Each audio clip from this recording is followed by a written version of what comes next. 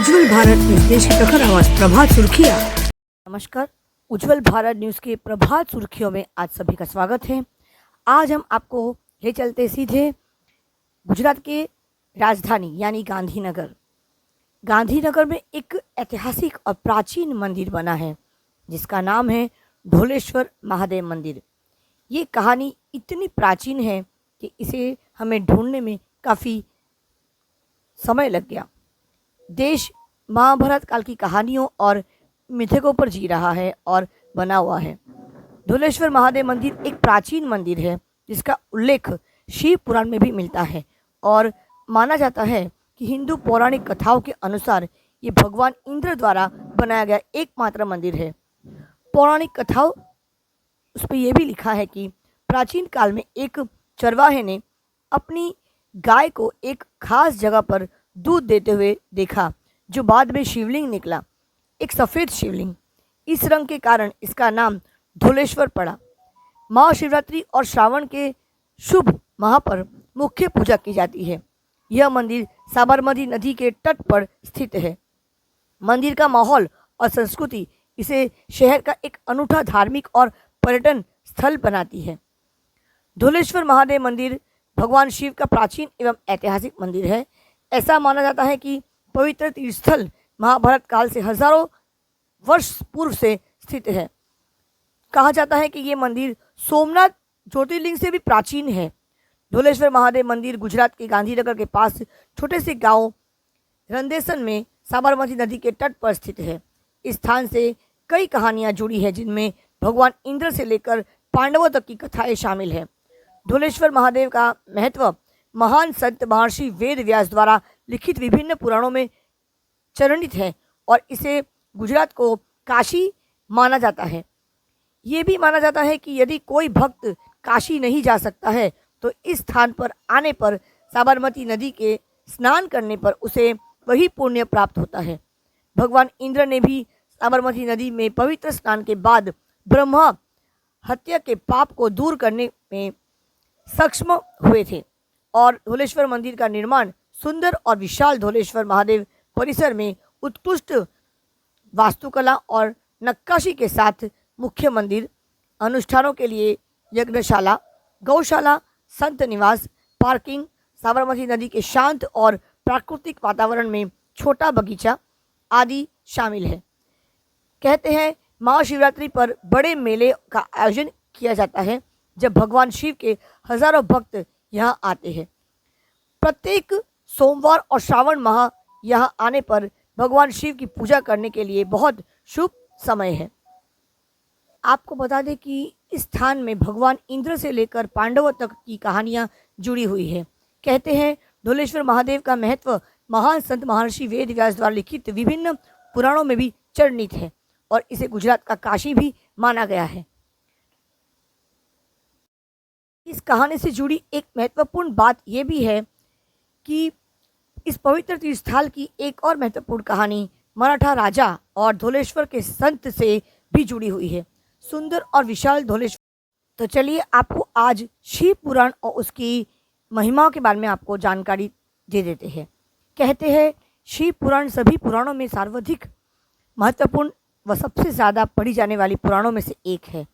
भगवान शिव के विविध रूपों, अवतारों, ज्योतिर्लिंगों, भक्तों और भक्ति का विशद वर्णन किया गया है। इसमें शिव के कल्याणकारी स्वरूप का तात्विक विवेचन, रहस्य, महिमा और उपासना का विस्तृत वर्णन किया गया है। आपको बता दें कि शिव पुराण एक ऐसा शास्त्र है जिसमें शिवजी और सृष्टि के निर्माण से जुड़ी रहस्यमयी बातें बताई गई है। इस पुराण में कई चमत्कारी उपाय बताए गए हैं जो हमारे जीवन की धन संबंधी समस्या को खत्म करते हैं, साथ ही अक्षय पुण्य भी प्रदान करते हैं। इन उपायों से पिछले पापों का नाश होता है और भविष्य सुखद बनता है। हमने कई बार ये देखा है शिवजी को ध्यान करते हुए। तो क्या आप जानते हो कि शिवजी किनका ध्यान करते हैं? शिव या महादेव हिंदू धर्म में सबसे महत्वपूर्ण देवताओं में से एक माने जाते हैं। वह त्रिदेव ब्रह्मा, विष्णु और महेश में से एक देव है। महादेव को देवों में देव भी कहते हैं। महादेव को भोलेनाथ, शंकर, महेश, रुद्र, नीलकंठ के नाम से भी जाना जाता है, वही तंत्र साधना में इन्हें भैरव के नाम से भी जाना जाता है। शिव हिंदू धर्म के प्रमुख देवताओं में से एक है। वेदों में शिव को रुद्र कहते हैं। शिव व्यक्ति की चेतना के सूत्रधार कहे जाते हैं। शिव की पत्नी पार्वती है जो शक्ति का रूप कही जाती है। कार्तिकेय और गणेश शिव के दो पुत्र हैं और अशोक सुंदरी इनकी बेटी है। शिव को ज़्यादातर योगी के रूप में दिखाया जाता है। हालांकि उनकी पूजा शिवलिंग तथा मूर्ति दोनों स्वरूपों में की जाती है। शिव के गले में नाग देवता विराजित है और हाथों में डमरू और त्रिशूल लिए हुए हैं। कैलाश उनका निवास स्थान है। शिव मत के आधार पर शिव के साथ शक्ति सर्वपूजित है। एक तरफ भगवान शिव को भोलेनाथ कहते हैं तो उन्हें जग रक्षक भी कहा जाता है। वहीं वे संहार के देवता भी माने जाते हैं। भगवान शिव सौम्य आकृति एवं रौद्र रूप दोनों के लिए विख्यात है। अन्य देवों से शिव को भिन्न माना गया है। हमारे देश के माननीय प्रधानमंत्री श्री भी गांधीनगर के ढोलेश्वर महादेव मंदिर के दर्शन के लिए आए हुए थे और उन्होंने भी भगवान शिव गांधीनगर में स्थित साबरमती तट पर स्थित ढोलेश्वर महादेव मंदिर के दर्शन किए और भगवान शिव का आशीर्वाद भी लिया। आपके विजुअल में आप ये देख सकते हैं कि हमारे माननीय भारत देश के माननीय प्रधानमंत्री श्री नरेंद्र मोदी गांधीनगर के ढोलेश्वर महादेव मंदिर के लिए दर्शन के लिए आए और उन्होंने नियम अनुसार दर्शन किए, जल अभिषेक किया और भोलेनाथ का आशीर्वाद भी लिया। तो चलिए आपको ले चलते उसी गांधीनगर के ढोलेश्वर महादेव मंदिर के महंत से आज बात करते, उन्हीं के शब्दों से सुनते हैं। उज्जवल भारत न्यूज में सभी का स्वागत है। हमारे देश में न जाने अनगिनत ऐतिहासिक और पौराणिक मंदिरें हर जगह देखने को मिलता है। आज हम आपको अहमदाबाद के गांधीनगर के ही एक क्षेत्र में खूबसूरत सा एक पौराणिक महादेव जी का मंदिर यहाँ पर है। हमारे साथ यहाँ पे गुरु जी विराजमान है और गुरु जी से संक्षिप्त में पूछेंगे कि इस मंदिर की इतिहास क्या है। गुरु जी पहले तो प्रणाम आपको, चरण स्पर्श। उज्जवल भारत न्यूज में आपका बहुत स्वागत करती हूँ। ये मंदिर बेहद खूबसूरत है, गांधीनगर के क्षेत्र में महादेव जी का मंदिर है, तो इसके इतिहास के बारे में आप अपने शब्दों में बताइए। ढोलेश्वर महादेव जी गुजरात में अति प्राचीन, जो सोमनाथ से भी ज्यादा प्राचीन जी प्राचीन तीर्थ है। भगवान ढोलेश्वर सतयुग से यहाँ विराजमान है और इनका प्रादुर्भाव देवराज इंद्र की तपस्या से हुआ है जी। इसलिए यहाँ बाजू में गांधीनगर में गांव का नाम है इंद्रोड़ा जी, जो इंद्रगाम के नाम से अपभ्रंश हो के अभी इंद्रोड़ा हो गया जी। भगवान धौलेश्वर का पद्म पुराण उत्तर क्रियाखंड जी अध्याय 151 में 108 श्लोकों में महिमा का सविस्तर वर्णन हुआ है जी। उसके अलावा स्कंद पुराण जी स्कंद पुराण में धर्मारण्य खंड के अंदर जी वहाँ भी सविस्तर वर्णन है। जी महाभारत में जयद्रथ ने तपस्या यहीं पर की थी जी। तो ऐसी ये पावन भूमि है जो अनेक ऋषि मुनियों की परंपरा जी तपस्वी संतों महंतों की परंपरा को जी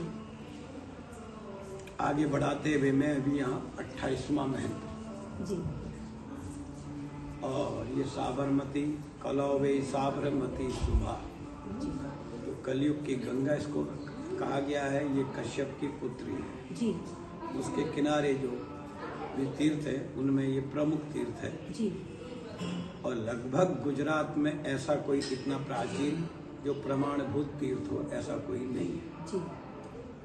गुरु जी एक महत्वपूर्ण प्रश्न जरूर पूछना चाहूँगी कि आज के इस आधुनिकरण के युग में हमने देखा है कहीं ना कहीं पश्चिम संस्कृति हमारे युवा वर्ग के मस्तिष्क पर, उनके विचारधारा पर काफ़ी असर कर रहा है, लेकिन फिर भी कहीं ना कहीं आज भी उस मान्यता आज भी लोग मानते हैं और कहीं ना कहीं हर जगह कथाएं और इस प्रकार के मंदिरों को लोग दर्शन करने के लिए आते हैं। तो उस विचारधारा को कैसे बदला जाए? तो आप जैसे गुरुओं का काफ़ी योगदान रहा है हमारे देश के आज भी युवा वर्ग जहाँ जहाँ सकारात्मक चीज़ें होती है, तो आप जैसे गुरुओं का वहाँ भी योगदान रहा है, तो आप उसके विषय पर क्या कहना चाहते हैं?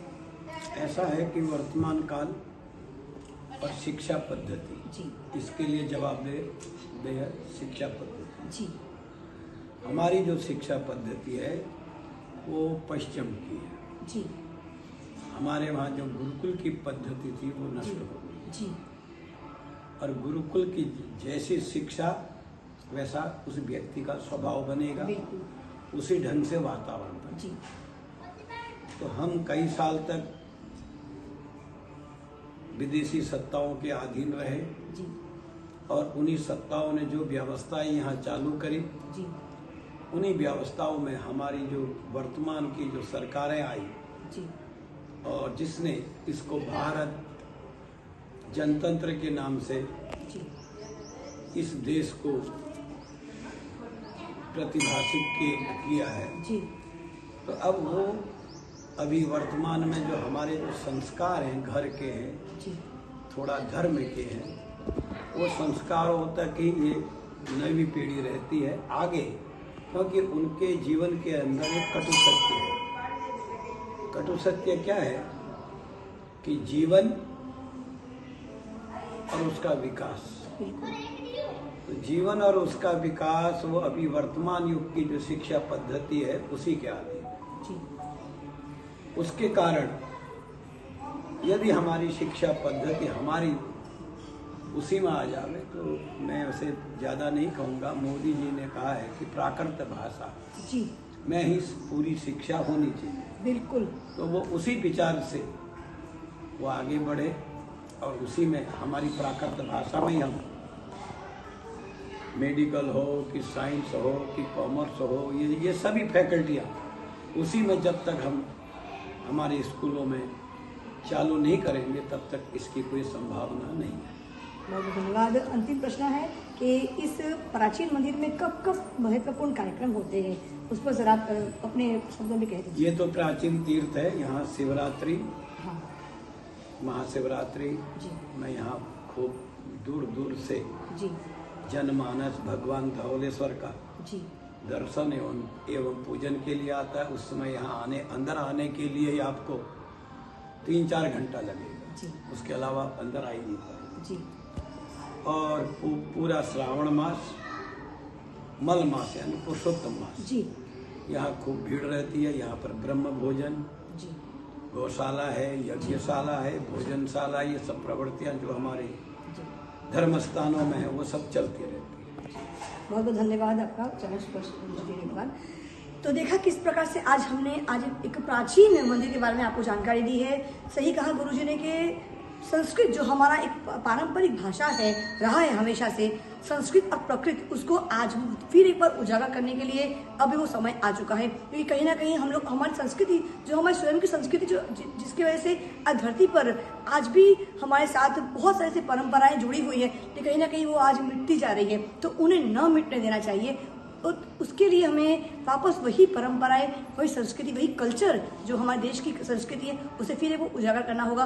और सही कहा है गुरुजी ने कि शिक्षा पद्धति, शिक्षा प्रणाली एकमात्र एक ऐसा सही रास्ता है जिसके वजह से हजारों लाखों नहीं अनंत जो लोग हैं उन्हें अपनाएंगे, तभी उसका जो प्रचार है वो बहुत ही आसान तरीके से हो जाएगा। तो मैं भी खुद शिक्षिका हूँ, एक पत्रकारिता करती हूँ, तो मेरा भी यही मानना है कि संस्कृत और प्रकृति को फिर एक बार हमारे देश में उजागर करना चाहिए, ताकि हमारे इसकी जो प्राचीन संस्कृति है वो नहीं मिटे। क्योंकि वेद और ग्रंथों ने ही हमें विज्ञान से भी ज़्यादा हमें ज्ञान दिया है। आज के समय में हमने देखा है कि जो वैज्ञानिक है वो भी आज भागवत को मानते हैं, वो भी ग्रंथों को मानते हैं। ये ग्रंथों में और वेदों में जो लिखा है वो सच लिखा, सत्य लिखा है, और उसी से विज्ञान पैदा हुआ है। विज्ञान के पहले ही वेद और ग्रंथ थे, तो वेद और ग्रंथ जो सीखता है, जो पढ़ता है, उसे आधुनिकरण सीखने की आवश्यकता नहीं होती, क्योंकि उसके अंदर हर कण कण में, हर शब्द में एक विज्ञान समाया हुआ है। उज्जवल भारत न्यूज, देश की प्रखर आवाज, सीमा भट्टाचार्य, मुख्य संपादक, गांधीनगर के इस खूबसूरत धौलेश्वर महादेव मंदिर से धन्यवाद। चैनल को लाइक करें, शेयर करें, सब्सक्राइब जरूर करें, क्योंकि आपका साथ ही हमारा विकास है। सबका साथ, सबका विकास, सबका विश्वास, अंत में सबका प्रयास। धन्यवाद, नमस्कार, ओम नमः शिवाय, हर हर महादेव। धन्यवाद।